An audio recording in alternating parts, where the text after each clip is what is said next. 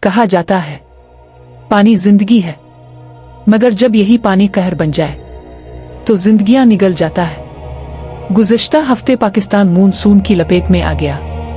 شدید بارشوں کے بعد ندی نالے بکھر گئے اور دیکھتے ہی دیکھتے درجنوں گھر اجڑ گئے۔ کم از کم 46 لوگ جان کی بازی ہار گئے، جن میں 13 افراد ایک ہی خاندان کے تھے جو سوات کے بہتے پانی میں ڈوب گئے۔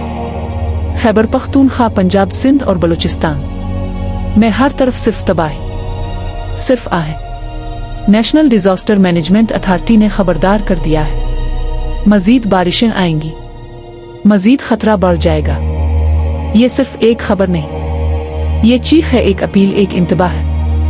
خدا را بارش کے بعد ندیوں، دریاؤں اور پلوں سے دور رہیں۔ ایک قدم غلط اور پوری زندگی بدل سکتی ہے۔ ایسے ہی حقیقت پر مبنی سچ صرف یہاں فیکٹ فیوژن اردو پر۔